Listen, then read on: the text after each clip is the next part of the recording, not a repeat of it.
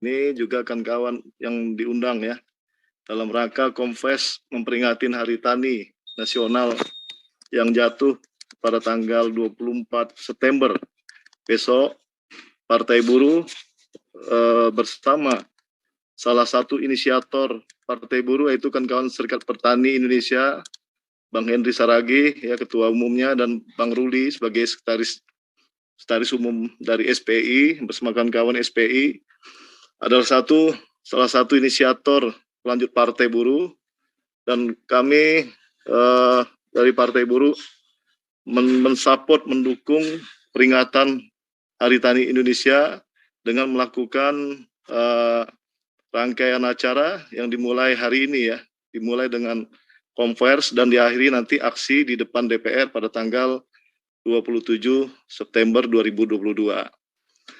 Untuk peringatan hari tanggal 24 September, Partai Buruh akan melakukan aksi bersama keluarga besar SPI beserta kawan-kawan dari 11 inisiator Partai Buruh, terdiri dari kawan-kawan Serikat Buruh, kawan-kawan tani, kawan-kawan nelayan, ojek online, bersama kawan-kawan dari KPBI, dari kawan-kawan dari buruh migran, bergabung aksi di depan Istana Negara yang dimulai aksi Long March mungkin ya.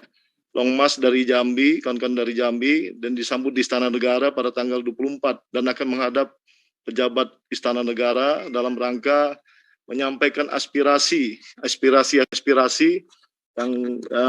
yang sedang dalam tuntutan di tani, terutama adanya, kami tetap masih menolak.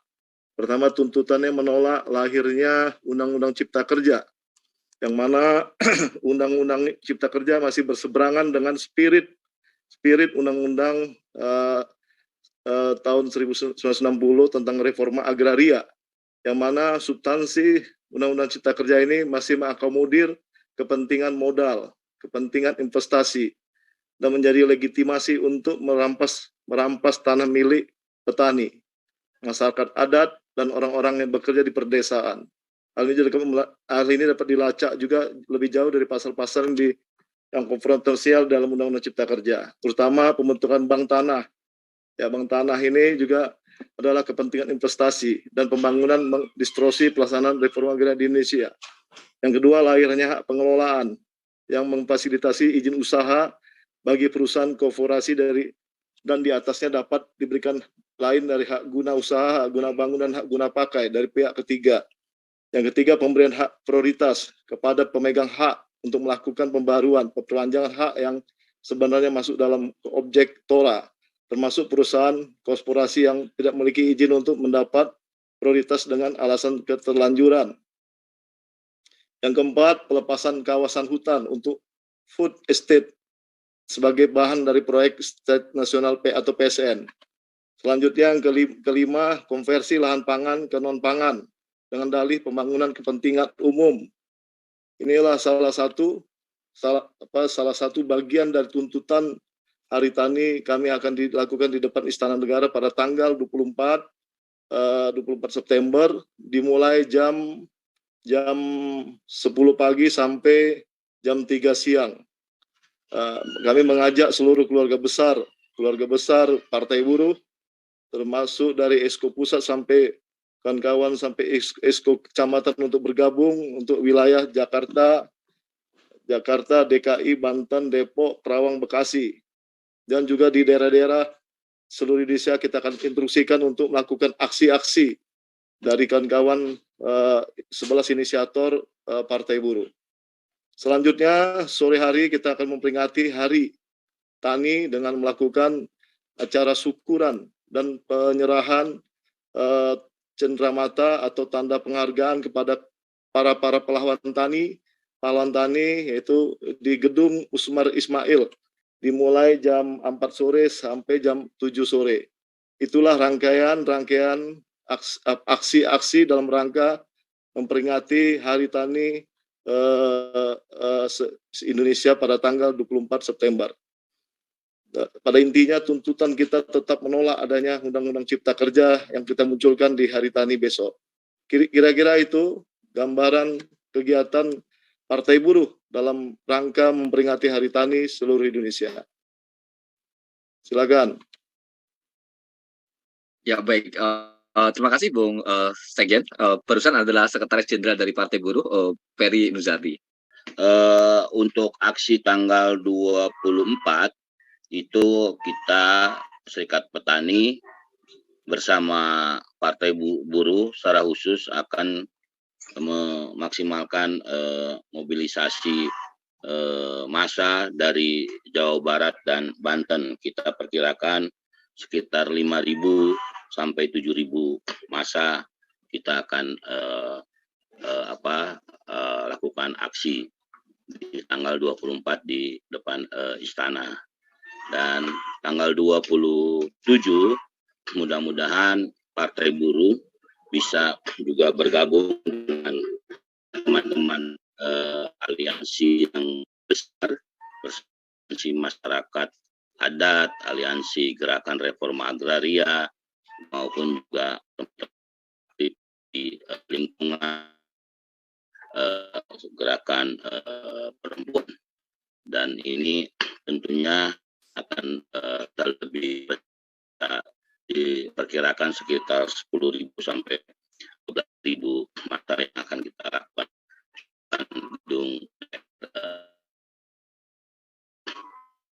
Ada 2 aksi besar yang akan kita lakukan, termasuk juga aksi-aksi kecil menjelang tanggal 24 di Jakarta, termasuk juga aksi-aksi di berbagai daerah.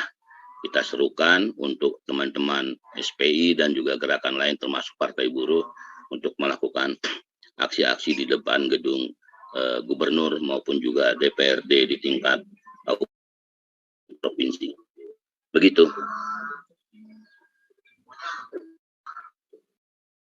Oh iya, satu lagi terkait dengan ini, kenaikan harga BBM, seberapa besar ya dampak bagi kawan-kawan petani ini?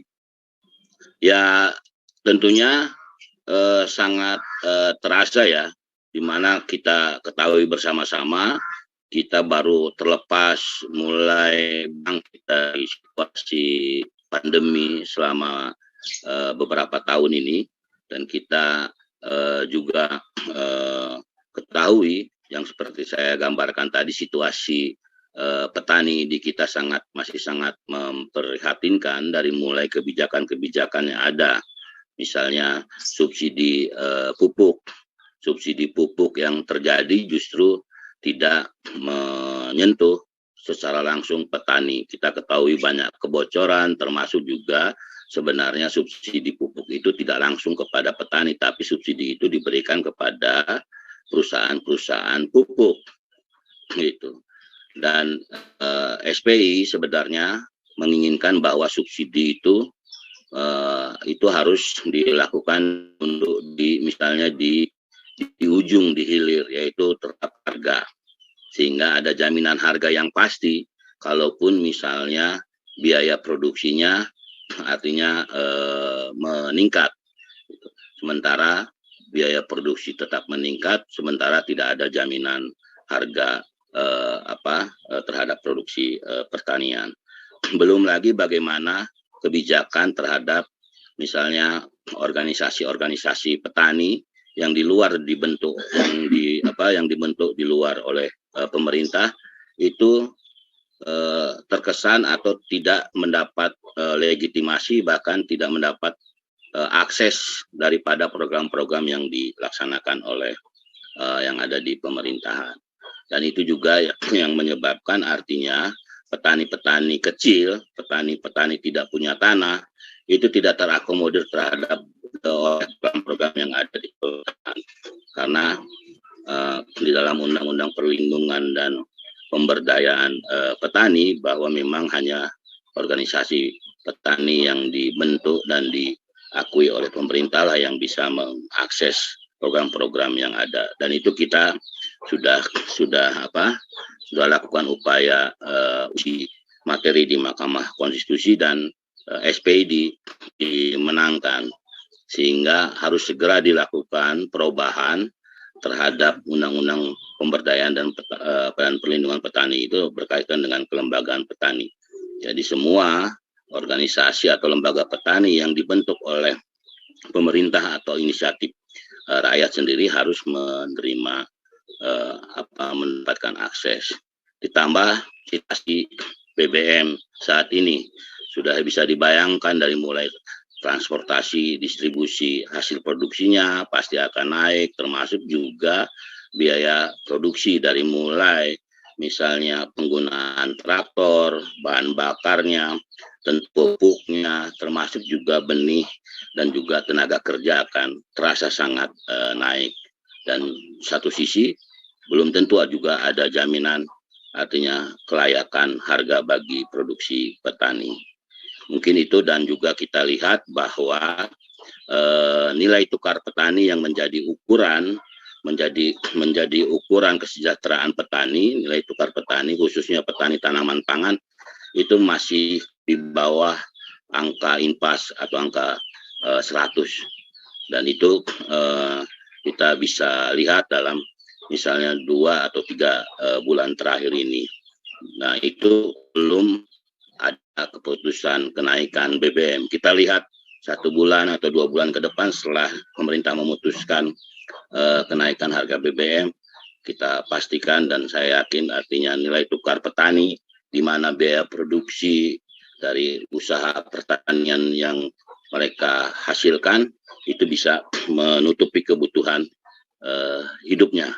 Pasti ini akan berkurang, akan minus, dan belum naik saja harga BBM, petani khususnya petani tanaman pangan itu sudah di bawah 100 atau di angka impas.